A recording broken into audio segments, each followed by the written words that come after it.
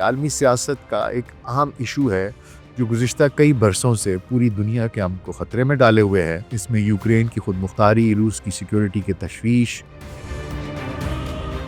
ایک ملاقات ہوئی ہے امریکی اور یوکرینین وفود کے درمیان۔ وجہ یہ ہے کہ جو ٹرمپ کا پیس پلان تھا اس کو بہت تنقید کا سامنا ہے۔ زیلنسکی نے بظاہر یہ لگتا ہے کہ اسے مسترد کر دیا ہے، اور حالیہ جو روس حملے ہیں انہوں نے صورتحال کو مزید کشیدہ کر دیا ہے۔ ٹرمپ کا منصوبہ جو ہے یہ امن کی ایک امید دیتا ہے۔ زیلنسکی کی مخالفت، روسی حملے سے صورتحال پیچیدہ ہو سکتی ہے۔ روس اسے قبول کر رہا ہے لیکن یوکرین اور یورپ اسے ظلم کہہ رہے ہیں۔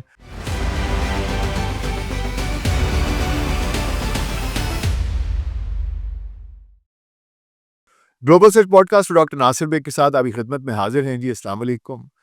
یوکرین اور روس کے تنازع کے اوپر بہت سے احباب نے، بہت سے سبسکرائبرز نے کہا کہ جی اس کے اوپر ویڈیو بنا دیں، تو کل 23 نومبر 2025 کو ایک ملاقات ہوئی ہے امریکی اور یوکرینین وفود کے درمیان سوئٹزرلینڈ جنیوا میں، اسی پیس پروسیس کو، پیس فریم ورک کو جو پریزیڈنٹ ڈونلڈ ٹرمپ نے پروپوز کیا تھا اس کے اوپر بات کرنے کے لیے، اور کہا یہ جا رہا ہے کہ اس کا ایک ریفائنڈ ڈرافٹ جو ہے اس پیس فریم ورک کا وہ اس کے اینڈ پر نکلے گا، یا کچھ لکھ لیا ہے اور کچھ وہ پریپیئر کر رہے ہیں، اور وہ ملاقاتیں جاری رہیں گی، ڈرافٹ کو امپروو کیا جائے گا۔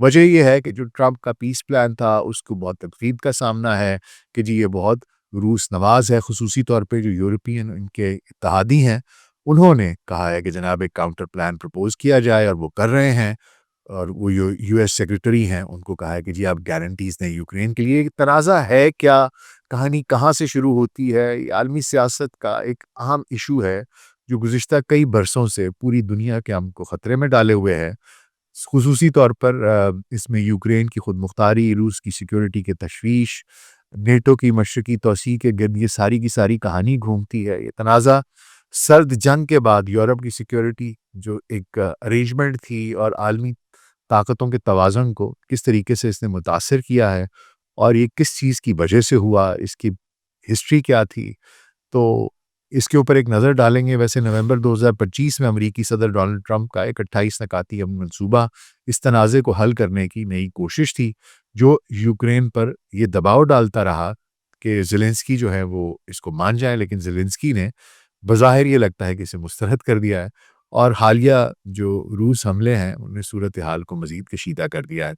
میں کوشش یہ کروں گا کہ اس کی تاریخ، نیٹو کی توسیع، اس کے نقصانات، ٹرمپ کے منصوبے کی تفصیلات، زیلنسکی کی مخالفت، اور اس کے رد عمل، اور کل کی جو میٹنگ ہوئی ہے اس میں کیا کہانی ہوئی ہے، اس سب کے بارے میں آپ کو سمجھاؤں، بات کر لوں، کچھ آپ سے سمجھاؤں تو کیا میری ایسی اوقات، لیکن آپ تک کچھ انفارمیشن پہنچا دوں۔ تو آئیے آغاز کرتے ہیں کہ جناب یہ تنازع جو ہے اس کی جڑیں کہاں سے شروع ہوتی ہیں۔ تو روس اور یوکرین کے درمیان تنازع جو ہے اس کی جڑیں سوویت یونین کے خاتمے 1991 سے ملتی ہیں، لیکن 2000 کی دہائی سے یہ سیاسی، جغرافیائی اور فوجی سطح پر شدت اختیار کر گیا ہے۔ نیٹو کی مشرقی توسیع دراصل روس اور یوکرین تنازع کا ایک مرکزی عنصر ہے۔ وہ کچھ یوں تھا کہ 1990 میں سوویت لیڈر میخائیل گورباچوف اور امریکی secretary of state James baker کے درمیان ایک غیر رسمی معاہدہ ہوا تھا کہ مشرقی اور مغربی جرمنی کے الحاق کے بدلے نیٹو مشرقی یورپ کی طرف ایک انچ بھی نہیں بڑھے گا۔ یہ جو وعدہ ہے یہ جرمن الحاق کے مذاکرات کا حصہ تھا، لیکن بعد میں جیسا کہ ہوتا ہے، آپ کو بتایا، امریکہ جو ہے اس کی تشریح کو اس نے متنازع بنا دیا، اور یہ کہا، جس طرح کہ مارک کریمر ہیں، ان کے مورخین میں سے ایک ہیں، انہوں نے کہا کہ نہیں جی یہ تو صرف مشرقی جرمنی تک محدود تھا، جبکہ روس کا دعویٰ یہ ہے کہ یہ پورے کے پورے مشرقی یورپ پر لاگو ہوتا تھا۔ تاہم 1999 میں پولینڈ، ہنگری اور چیک ریپبلک نیٹو میں شامل ہو گئے۔ 2004 میں بلغاریہ، اسٹونیا، لیٹویا، لیتھوینیا، رومینیا، سلوواکیا اور سلووینیا بھی نیٹو کا حصہ بن گئے، جن میں سے زیادہ تر سابق وارسا پیکٹ کے ممالک تھے یا سوویت یونین کی بالٹک ریاست تھی۔ یہ توسیع روس کی سرحدوں کے قریب نیٹو کی فوجوں کو لے کر آئی۔ اب روس کی سرحدوں میں اور نیٹو کی فوجوں میں بہت کم فاصلہ رہ گیا تھا، اور اس کے بیچ میں صرف کچھ ہی ممالک، ایک یوکرین اور ایک جارجیا رہ گیا تھا، اور اسے روسی سیکیورٹی نے اپنے لیے خطرہ سمجھا۔ 2008 کی بخارسٹ سربراہ اجلاس میں نیٹو نے اعلان کیا کہ وہ یوکرین اور جارجیا کو بھی مستقبل میں نیٹو کی رکنیت دے سکتا ہے، جس نے روس کی تشویش کو مزید بڑھا دیا۔ روس کا یہ دعویٰ ہے کہ جناب نیٹو کی توسیع مغرب کی طرف سے ایک دھوکہ ہے، کیونکہ یہ سوویت یونین کے خاتمے کے بعد بننے والے نئے یورپی سیکیورٹی نظام کی خلاف ورزی کرتی ہے۔ ولادیمیر پوٹن نے 2021 میں کہا کہ ہم سے وعدہ کیا گیا تھا کہ نیٹو مشرق کی طرف نہیں بڑھے گا، لیکن اب امریکہ مغرب ہمیں دھوکہ دے رہے ہیں۔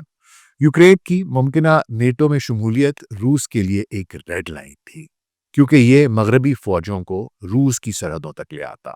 نومبر 2025 تک فن لینڈ 2023 میں اور سویڈن 2024 میں نیٹو میں شمولیت اختیار کر چکا ہے، جس نے کہ اسے مزید مستحکم کر دیا ہے، اور یوکرین کی درخواست ابھی زیر غور ہے۔ روس اسے اپنی بقا کے لیے خطرہ سمجھتا ہے۔ اب آئیے دیکھ لیتے ہیں کہ اور کیا وجوہات تھیں۔ ایک تو یہ وجہ ہے اس تنازع کی جناب کہ نیٹو کو آپ اس طرف لے کے آئے۔ دوسری وجہ ہے بحیرہ اسود اور سواستوپول بندرگاہ۔ بحیرہ اسود تک رسائی روس کی اسٹریٹجک ترجیح ہے، اس کے لیے بہت اہم ہے، لائف لائن ہے۔ کرائمیا میں سواستوپول بندرگاہ روس کی بلیک سی فلیٹ کا مرکز ہے، جو مشرقی یورپ، مشرق وسطیٰ اور افریقہ تک اس کی بحری طاقت کو پروجیکٹ کرتی ہے۔ 1954 میں سوویت لیڈر نکیتا خروشچیو نے کرائمیا یوکرین کو دے دیا تھا، لیکن 2014 میں روس نے اسے واپس لے لیا، کیونکہ یوکرین کے جو اس کا جھکاؤ تھا مغرب کی طرف، اس کی وجہ سے اس بندرگاہ کے نیٹو کے کنٹرول میں جانے کا خطرہ تھا۔ یہ بندرگاہ روس کی بحریہ کی 70% قوت کا انحصار اسی بندرگاہ پر ہے، اور اس کا نقصان روس کی جغرافیائی سیاسی پوزیشن کو کمزور کر سکتا ہے۔ اس کے بعد ایک اور بہت بڑی وجہ اس تنازع کی اورنج انقلاب ہے اور یورو میدان ہے۔ یہ کہانی کیا ہے سیاسی تنازعات کی، یہ بھی آپ کو بتانا۔ 2004 کا اورنج انقلاب ایک اہم موڑ تھا۔ یوکرین کے صدارتی انتخابات میں روس نواز وکٹر یانوکووچ کی جیت پر دھاندلی کے الزامات لگے، جس کے نتیجے میں مغرب نواز وکٹر یوشچنکو ہیں وہ صدر بن گئے۔ روس نے اسے مغرب کی سازش قرار دیا۔ 2013-14 میں یورو میدان احتجاج نے یانوکووچ کو دوبارہ ہٹا دیا، جب انہوں نے یورپی یونین کے معاہدے کو مسترد کر دیا۔ روس نے اسے فاشسٹ بغاوت قرار دیا۔ 2019 میں ولادیمیر زیلنسکی صدر بنے، جو نیٹو اور یورپی یونین کی طرف جھکاؤ رکھتے ہیں۔ روس کا دعویٰ ہے کہ جناب یہ مغربی اولیگارکس جو ہیں، خصوصی طور پر جو یوکرینین اولیگارکس ہیں، ان کی حمایت سے یہ سب کچھ ہوا ہے۔ وہاں پر کچھ یہودی اولیگارکس ہیں، زائنسٹ ہیں، ان کی مدد سے وہ کہتے ہیں زیلنسکی پاور میں آیا ہے، اور یہ واقعات روس کی سیکیورٹی تشویشات کو اور یوکرین کی مغربی جھکاؤ کو اجاگر کرتے ہیں۔ آج کہانی کیا ہے؟ اہم تنازعات اگر میں ان کی ایک سمری پیش کروں تو 2004 میں ایک اورنج انقلاب، یوشچنکو اور کی صدارت، یوکرین کی مغربی جھکاؤ، روس کے ساتھ تعلقات کشیدہ۔ 2008 میں نیٹو بخارسٹ سربراہ اجلاس ہوا، یوکرین اور جارجیا کے لیے ممبرشپ پلان بنا، روس نے اسے خطرہ سمجھا، نتیجہ روس جارجیا جنگ ہوئی 2008 میں۔ 2014 میں کرائمیا کا الحاق اور ڈونباس تنازع، روس نے کرائمیا پر قبضہ کیا اور ڈونباس میں علیحدگی پسندوں کی حمایت کی، نتیجہ 14,000 ہلاکتیں اور مغربی پابندیاں لگیں۔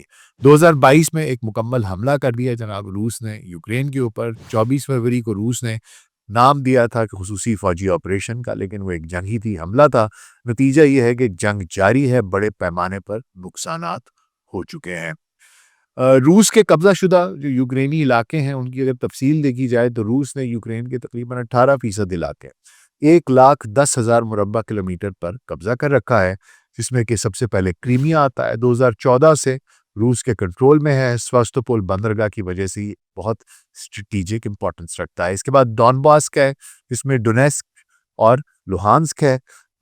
یہ صنعتی اور معاشی وسائل سے بھرا ہوا ہے اور روس کی 50% سے زائد پر اس پہ قبضہ ہو چکا ہے۔ اس کے علاوہ خرسون ہے اور زیپوریزیا ہے، یہ زرعی اور توانائی کے لیے اہم ہے۔ زیپوریزیا جو ہے یہاں پر نیوکلیئر پلانٹ بھی ہے۔ یہ علاقے روس کے لیے فوجی اور معاشی اہمیت رکھتے ہیں۔ یوکرین انہیں واپس لینے کی کوشش کر رہا ہے، لیکن تعطل جاری ہے۔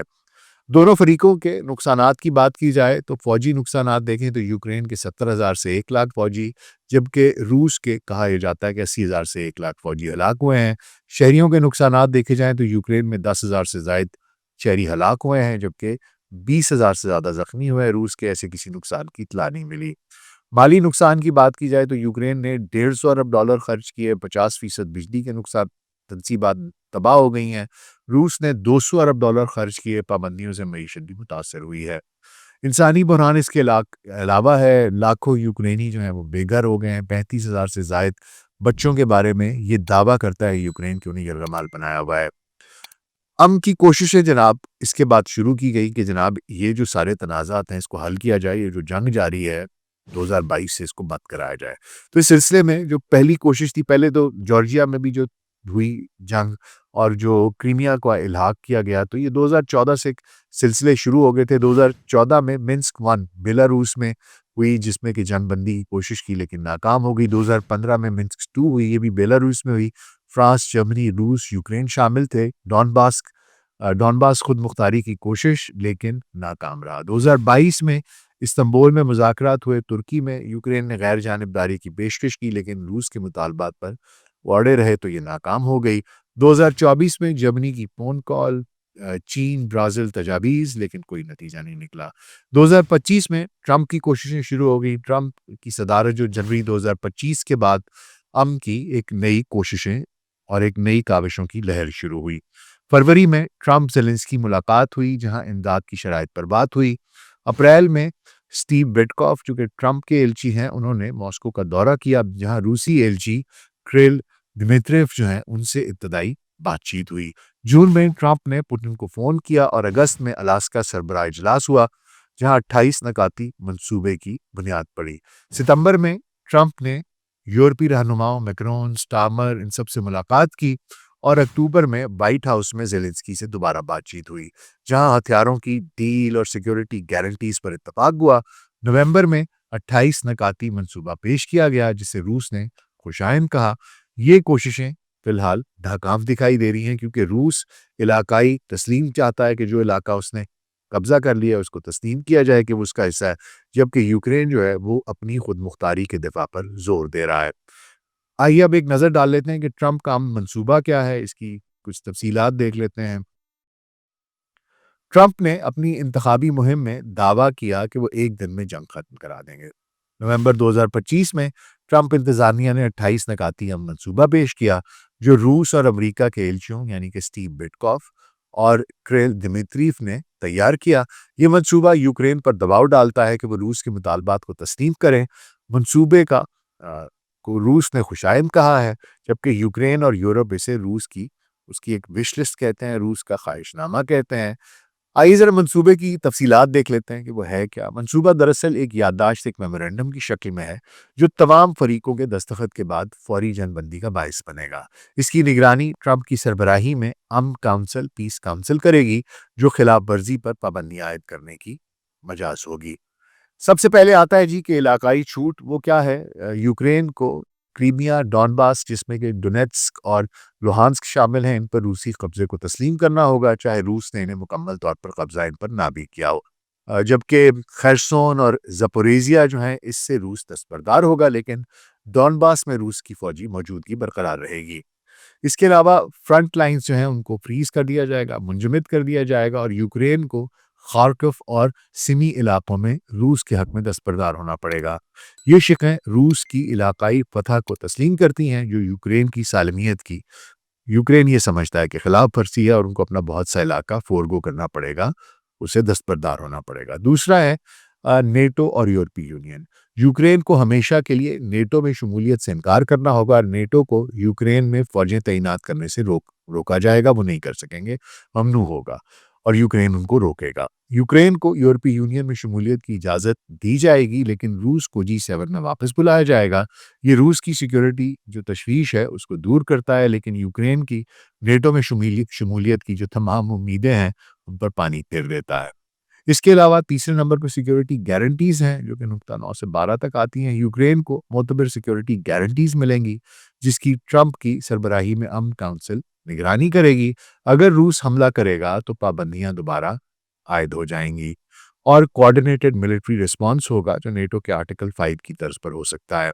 امریکی اور اتحادی فوجوں کی مداخلت ہو سکتی ہے، تاہم یہ گارنٹیز واضح نہیں ہیں۔ یورپ اور زیلنسکی اس سے مطمئن دکھائی نہیں دیتے اور ان کی جو فورسز کی تعیناتی کو وہ بھی روکا جا سکتا ہے۔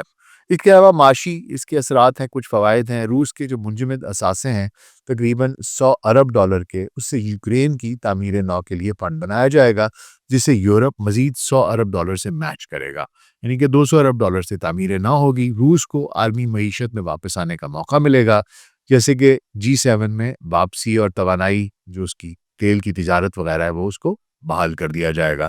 یوکرین کی جو گیس انفراسٹرکچر کی تعمیر نو امریکی یوکرینی شراکت سے ہوگی اور ورلڈ بینک فائنینسنگ پیکج دے گا۔ یہ شقیں روس کی معاشی بحالی کو یقینی بناتی ہے، جبکہ یوکرین کی تعمیر نو ایسے لگتا ہے کہ جیسے سست ہے، اس میں بہت شرائط ہیں اور شاید محدود بھی رہے۔ فوجی اور انسانی حقوق کی پھر اس کے بعد بات آتی ہے، جو کہ نقطہ 19 سے 24 تک ہے، کہ یوکرین کی فوج کی تعداد 6 لاکھ تک محدود کی جائے گی، لانگ رینج ہتھیاروں سے دستبرداری ہوگی اور روسی میزائل حملوں پر جوابی حملہ نہ کرنے کی شقیں شامل ہیں۔ تمام فریقین کو جنگ کے جرائم کی مکمل معافی ہوگی، یعنی کہ ایمنسٹی ملے گی، جو یوکرین کی جنگی جرائم کی تحقیقات کو ختم کر دے گی۔ قیدیوں کا تبادلہ ہوگا اور اگر کوئی بچے یرغمالی ہیں تو ان کی بھی واپسی ہوگی۔ 25 سے 28واں نقطہ جو آخری 3-4 نکات ہیں، ان میں سیاسی اور نگرانی کی بات کی گئی ہے کہ یوکرین میں 100 دن میں انتخابات ہوں گے جو زیلنسکی کی حکومت کو خطرے میں ڈال سکتے ہیں۔ امن کونسل ٹرمپ کی سربراہی میں عمل درآمد کی نگرانی کرے گی اور خلاف ورزی پر پابندی عائد ہوگی۔ فوری جنگ بندی دستخط کے بعد ہوگی اور دونوں فریق واپس ہو جائیں گے جن جگہوں سے وہ کھڑے ہوئے ہیں، سوائے ان کے جہاں پر کہ موجودگی روسی فوج کی اس کو مانا گیا ہے۔ اب اگر اس کی ذرا تھوڑی سی میں آپ کو تفصیل بتا دوں، بیک گراؤنڈ بتا دوں، یہ کہ یہ منصوبہ 2022 کے استنبول مذاکرات کی طرح ہے، جہاں روس نے زیادہ سے زیادہ مطالبات کیے تھے۔ ٹرمپ نے زیلنسکی کو 27 نومبر تھینکس گیونگ تک اس کو قبول کرنے کا الٹیمیٹم دیا ہے، کہا ہے کہ اگر نہ مانے تو لڑتے رہیں، مجھے تو کوئی فرق نہیں پڑتا۔ یہ منصوبہ روس کی فتح کے طور پر دیکھا جا رہا ہے، کیونکہ یہ علاقائی چھوٹ دیتا ہے جو انہوں نے علاقہ فتح کر لیا ہے، اس کو انہی کی ملکیت تسلیم کرتا ہے اور یوکرینی فوج کو محدود کرنے پر زور دیتا ہے۔ جبکہ یورپ اور یوکرین اس سے وہ کہتے ہیں جناب کہ یہ تو ناقابل قبول ہے، اس طریقے سے یہ روس کو اس کے غیر قانونی قبضے کی توثیق کرتا ہے۔ امریکی سینیٹرز جو ہیں مچ مکنل ہیں، چک شومر ہیں، انہوں نے کہا ہے کہ یہ روس کا خواہش نامہ، یعنی کہ روس کی وش لسٹ ہے، اور یورپی رہنماؤں میکرون سٹارمر نے اسے خطرناک قرار دیا ہے۔ روس کے ایلچی دمیتریف نے کہا ہے کہ یہ روس کی پوزیشن سنی جا رہی ہے اور یہ منصوبے ٹرمپ کی ڈیل میکنگ حکمت عملی کا حصہ ہیں۔ اب یہی ڈیل میکنگ جو حکمت عملی ہے، اس کو غزہ میں یہ کامیاب ہوئی ہے، لیکن یوکرین میں اس کو تنقید کا سامنا ہے۔ زیلنسکی کی مخالفت کس بات پہ ہے؟ یوکرین کے صدر جو ولادیمیر زیلنسکی ہیں، انہوں نے 21 نومبر 2025 کو قومی خطاب میں ٹرمپ کے منصوبے کو مسترد کر دیا اور کہا کہ یہ یوکرین کو یا تو اپنا وقار کھونے، اپنی عزت کھونے، یا امریکی حمایت کھونے میں سے ایک کا انتخاب کرنے کا کہہ رہا ہے۔ اور انہوں نے کہا کہ یہ یوکرین کی تاریخ کا سب سے مشکل لمحہ ہے، جہاں حقیقی امن کی ضرورت ہے جو تیسرے حملے سے نہ ٹوٹے۔ انہوں نے منصوبے کو ظلم قرار دیا اور کہا کہ یوکرین اپنی زمین نہیں دے گا اور متبادل تجاویز پیش کرے گا۔ زیلنسکی نے امریکی فوج کے سیکریٹری جو ہیں ڈین ڈریسکول جو ہیں ان سے ملاقات کے بعد کہا کہ یوکرین امریکی صدر ٹرمپ کی امن کی خواہش کا احترام کرتا ہے، لیکن ہر تجویز کو حقیقت پسندانہ تناظر میں دیکھا جائے گا۔ اس بیان کی جو تفصیلات ہیں اور اس کے اثرات کیا ہیں، جناب زیلنسکی نے جب یہ کہا کہ یوکرین نے ہمیشہ امن چاہا ہے، ایک ایسا امن جو ہماری آزادی، خود مختاری اور عوام کی وقار کا احترام کرے، انہوں نے منصوبے کی علاقائی چھوٹ اور فوجوں کو محدود کرنے کو ناقابل قبول کہا اور کہا کہ یہ روس کی فتح ہوگی۔ زیلنسکی نے قوم سے متحد رہنے کی اپیل کی اور کہا کہ ہمارے پاس امریکی اور یورپی قومی سلامتی مشیروں کے ساتھ مل کر امن کا راستہ بنانے کا اتفاق ہوا ہے۔ اثرات یہ ہے کہ زیلنسکی کی حکومت میں انتشار بڑھا ہے اور یورپی رہنما میکرون، سٹارمر اور مرتز جو ہیں ان کی حمایت ان کو حاصل ہے۔ انہوں نے کہا کہ یوکرین کے بغیر امن نہیں ہو سکتا۔ امریکی سینیٹرز نے کہا، جیسا کہ میں نے آپ کو بتایا، یہ وش لسٹ ہے زیلنسکی نے 22 نومبر کو یورپی رہنماؤں سے اس کے بعد فون کال کی اور 23 نومبر کو کل سوئٹزرلینڈ میں امریکہ اور یورپی نمائندوں سے ملاقات بھی کی ہے، جہاں پر کہ متبادل منصوبہ تیار کیا جا رہا ہے۔ ابھی اس کے اوپر کچھ کہتے ہیں، بعض لوگ کہتے ہیں کہ ری ڈرافٹ ہو کے دے دیا گیا ہے، کچھ کہتے ہیں کہ یہ بھی بات چیت شروع ہوئی ہے اور ری ڈرافٹنگ ہو رہی ہے، کچھ پوائنٹس ہیں، کچھ پوائنٹس شامل کرنے ہیں۔ اس کے علاوہ حالیہ حملہ بھی 21 نومبر کو یوکرین کے اوپر روس کی جانب سے ہوا ہے، بہت بڑے پیمانے کا، جس میں کہ 476 ڈرونز اور 48 میزائلز استعمال ہوئے۔ یہ حملہ بھی کہا جا رہا ہے کہ جناب جنگ بندی کے اوپر ایک بہت بڑی رکاوٹ ہوگا۔ یوکرین کہتا ہے شہریوں پر حملہ ہے اور یہ 2025 کا سب سے مہلک حملہ کہا جا رہا ہے۔ ٹرمپ کا رد عمل کیا ہے؟ ٹرمپ نے 22 نومبر کو کہا کہ جی یہ میری آخری آفر نہیں تھی، مطلب یہ کہ وہ ابھی بھی لچک دکھا رہے ہیں، مطلب مذاکرات وہ کہتے ہیں جاری ہیں، اور انہوں نے زیلنسکی پر تنقید کی کہ وہ ناشکرا ہے، یعنی کہ شکر گزار نہیں ہے، اور کہا کہ اگر نہ مانے تو لڑتے رہو، اپنا دل توڑو گے اور اپنے آپ کو بھی توڑو گے۔ ٹرمپ نے کہا کہ منصوبہ امن کا راستہ ہے اور روس کو معاشی فوائد دیں گے۔ امریکی اسٹیٹ ڈپارٹمنٹ کہتا ہے کہ جناب یہ امریکن منصوبہ ہے اور ہم اس پہ کھڑے ہیں۔ سینیٹرز، جیسا کہ میں نے آپ کو بتایا، وہ اس کی پھر بھی تنقید کرتے ہیں۔ جہاں ٹرمپ نے ایک طرف کہا کہ جناب وقت بہت کم ہے، وہیں انہوں نے 23 نومبر کو جو کل سوئٹزرلینڈ میں ملاقات ہوئی ہے اس کی حمایت بھی کی ہے۔ ٹرمپ بیسیکلی دباؤ بڑھا رہے ہیں زیلنسکی پر، لیکن کیونکہ یورپ اس وقت زیلنسکی کے ساتھ کھڑا ہے اس لیے وہ تھوڑی سی لچک بھی دکھا رہے ہیں۔ ٹرمپ کا منصوبہ جو ہے یہ امن کی ایک امید دیتا ہے۔ زیلنسکی کی مخالفت روسی حملے سے صورتحال پیچیدہ ہو سکتی ہے، روس اسے قبول کر رہا ہے، لیکن یوکرین اور یورپ اسے ظلم کہہ رہے ہیں۔ آگے کا راستہ کیا ہو سکتا ہے؟ ممکنہ سمجھوتا ہو سکتا ہے جناب۔